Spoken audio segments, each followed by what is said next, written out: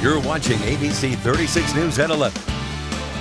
We're pleased to be joined by our political analyst, Dr. Stephen Voss, Tres Watson. They've spent all night glued to their laptops looking for all of the trends throughout this primary election. Appreciate y'all being here tonight. Let's first start off with Lexington's mayoral race. We knew two candidates would be advancing to the November general election. Pretty early on, we found out that Mayor Gordon would be one of those spots. Came down to the wire, though, when it came to the other two. Of course, we learned tonight David Kloiber narrowly beat out Adrian Wallace. Did that surprise you tonight? I think the fact that David Kloiber didn't perform better was a surprise. I think most people assumed, based on the campaign spending, the amount of activity that you saw coming out of the Kloiber camp, that he would have performed a little bit better than that. I think it shows, I don't think it's anything, a knock on him. I think it speaks to Mayor Gordon and her strength. Sure.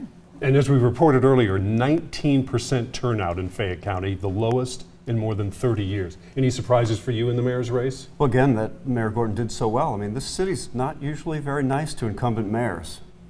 Let's transition to the 4th Urban County Council District race. We referenced it in the newscast. There was a mix-up in ballots. For 4 hours today, people were voting in the wrong Urban County Council district. The three people running for that seat, it turned out to be very close, 39% to 31 to 29.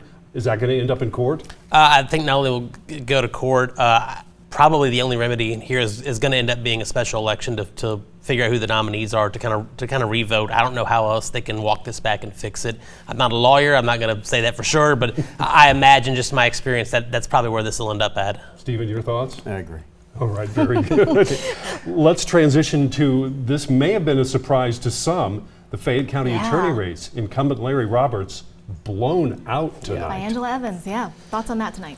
Well, we really only had one issue other than insider outsider, and that was what to do with Black Lives Matter protesters and whether, because of the political goals behind their infractions, they shouldn't be pursued. And he chose to pursue them. That became an issue.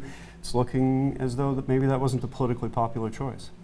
Your thoughts as well? I think that margin is incredible. I think people thought that this would be a close election, that Larry Roberts would have a chance at losing. But again, like in the mayor's race, that margin is astounding. Truly. All right, let's get to another issue tonight when we're talking about these Liberty-backed candidates. This is something that you guys were watching closely tonight.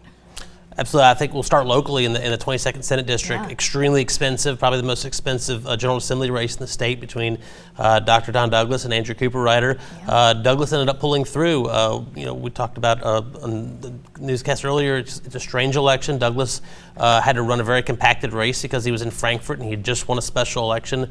There was a lot of money spent. Cooper-Ryder had been running for a long time. I would have to imagine the Liberty-backed kind of movement really was eyeing that one as one that they thought that they could pull through, and Douglas pulled it out in a close election. Yes, he carried Jessamine County and the sliver of Fayette County that district represents, but Cooper-Ryder carried Garrett County.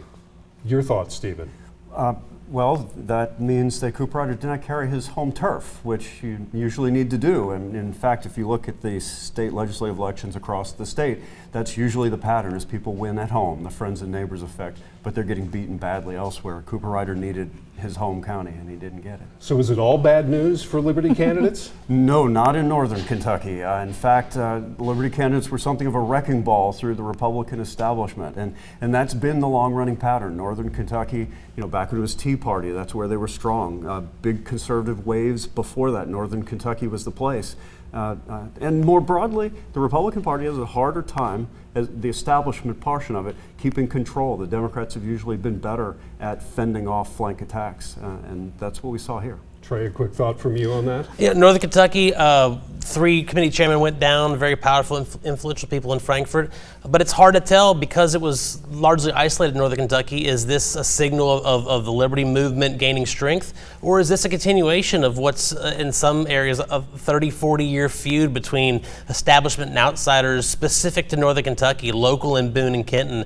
It's hard to tell because they didn't have that success they thought they'd have in other races, like against Kim King or Samara Heverin in the General Assembly. We want to thank both of you for your insights tonight. Thank you so much for being here with us. We'll be right back.